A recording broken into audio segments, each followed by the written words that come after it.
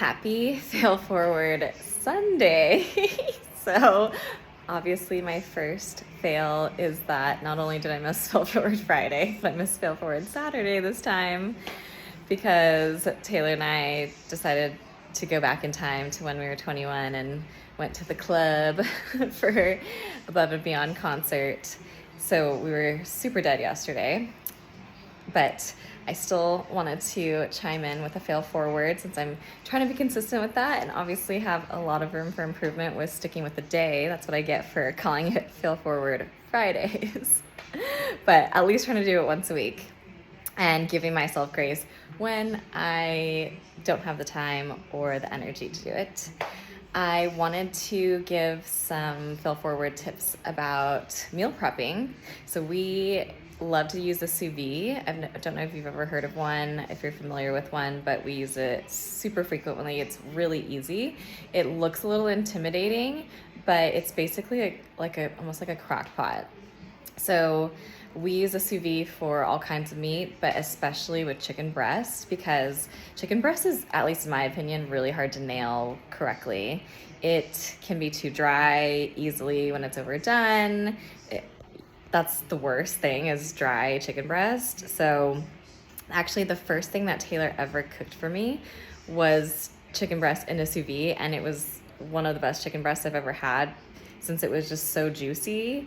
And I couldn't believe that he cooked it perfectly. And this is the fail-proof way of doing it. So why wouldn't you want to do it this way? And you can almost set it and forget it.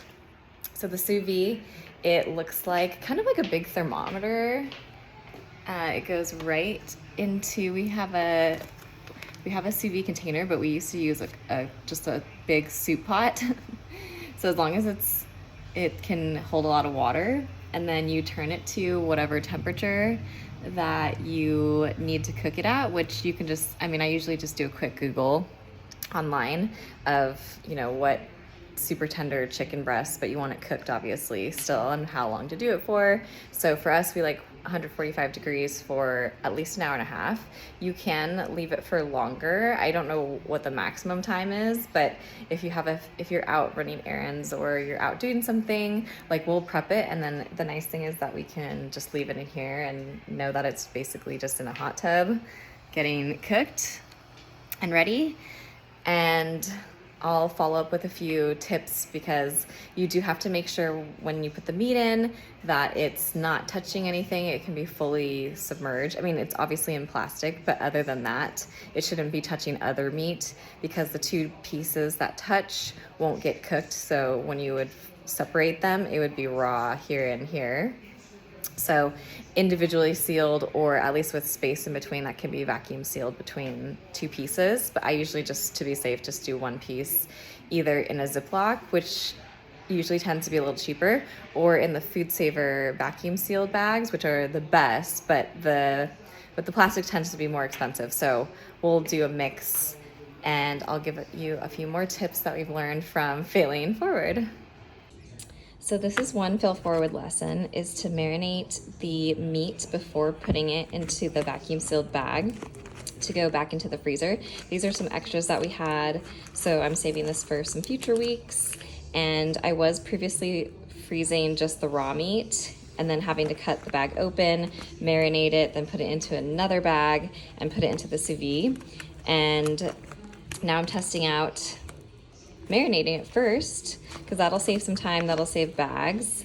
And then you can also, you can keep it frozen and put it in the sous vide. It'll just affect the timing, or you can thaw it and then put it into the sous vide as well. But now you can skip that and just sous vide it for a little bit longer frozen, and then it's ready to go.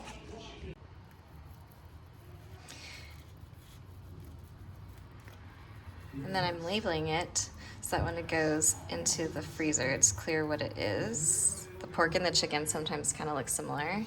And then I'm writing today's date so that we know how old it is too.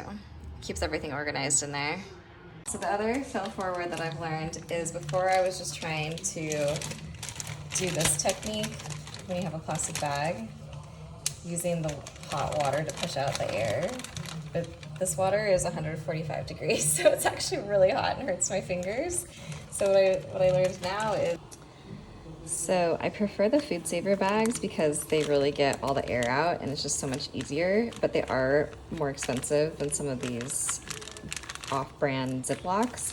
So that's what I'm using right now, are the Ziplocs. And if you have to do this, you still need to get if you have to use a Ziploc, you still need to get the air out. So usually what I found best after struggling so much with just throwing it into the sous vide is rolling it in the bag and squishing out all the air as much as possible, and then zipping all the way until almost the very end. So you leave a little room for the leftover air to get out. Get in the water, and then using chopstick, ideally a wooden one because it can withstand the heat.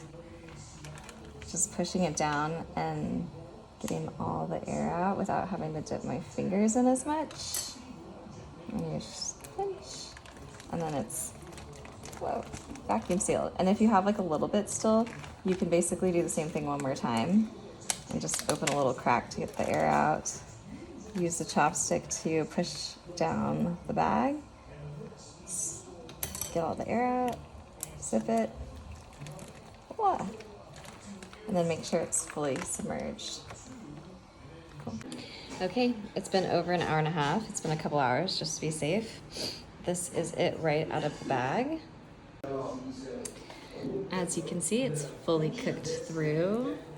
It's also very juicy and tender and delicious. Highly recommend a sous vide if you don't have one. And if this is helpful, maybe we'll post more videos with tips.